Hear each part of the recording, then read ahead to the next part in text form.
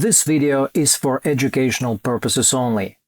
The author does not condone illegal activity of any kind and bears no responsibility for any damage caused intentionally or unintentionally by the dissemination of this information. Brute force. You probably heard this term many times. What's behind it? Is it like physically breaking into a device to access its memory and data it stores? Not at all.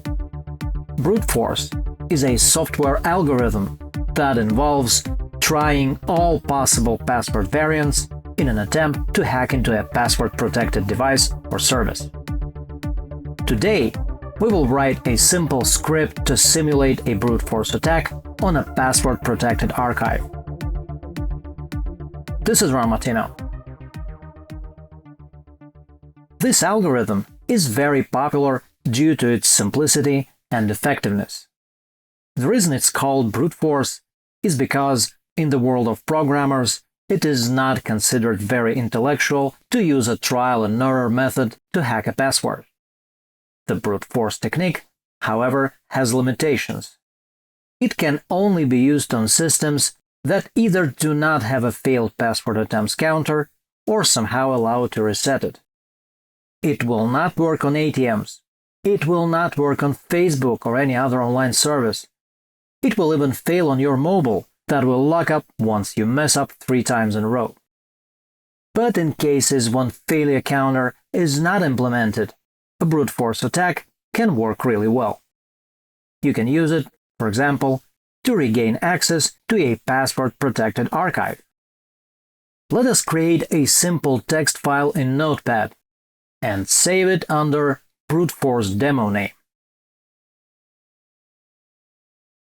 Now let's fire up the WinRAR archiver and add the file to a new archive named brute force demo rar. Hit the set password button and use the password CanSendMe.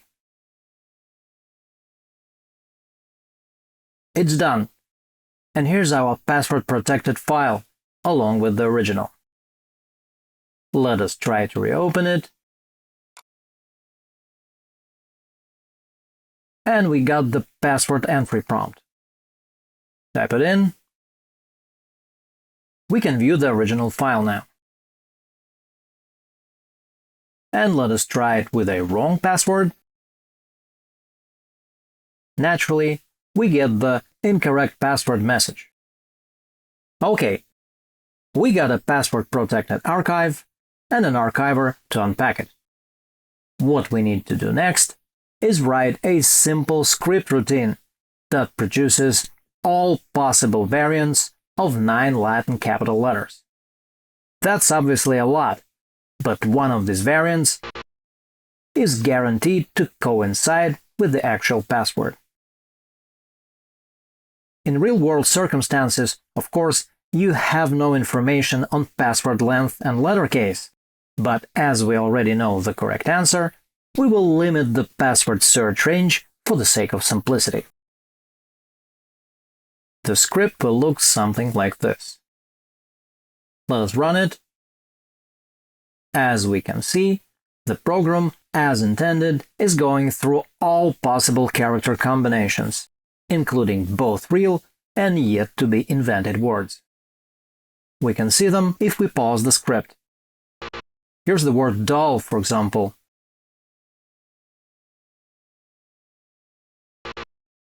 And the word real, etc. Okay, now let us direct the script output to the archiver. Note that it must run as many times as many possible passwords are generated. The command line to invoke the archiver will look like this. These 2 lines check the result, and if the password matches, a message is displayed and the script is terminated.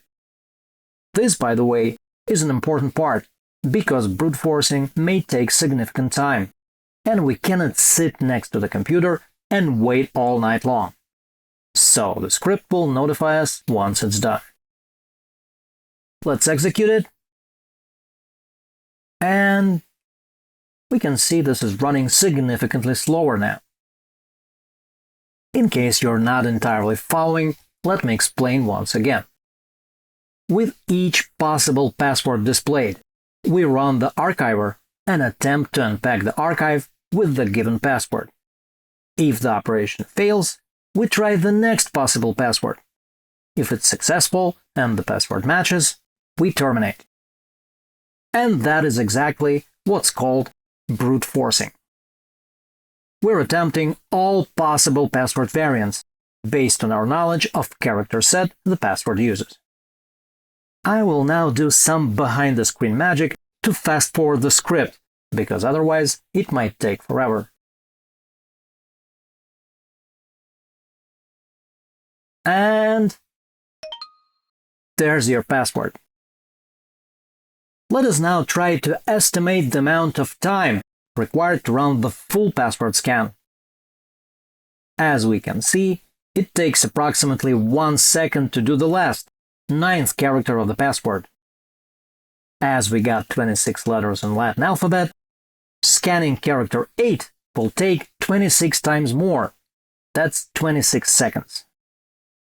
Character 7 scan will take 26 times 26 seconds. And to estimate time needed to scan character 6, we need to once again multiply the result by 26. So the final result will obviously be 26 to the power of 9, which equals this. Now that's seconds, and that's hours, days, years.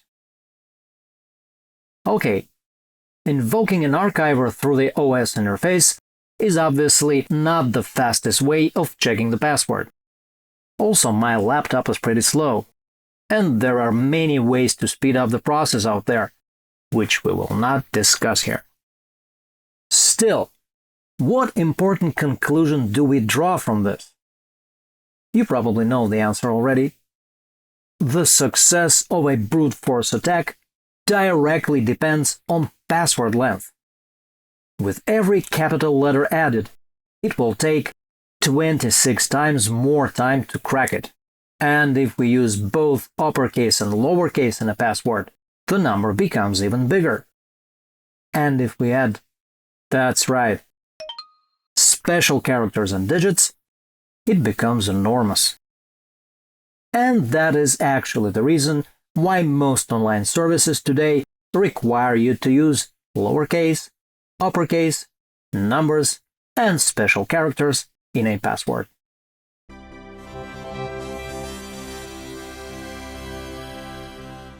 This was Mattino. If you like this video, please don't forget to comment, share, and subscribe. I'll see you later.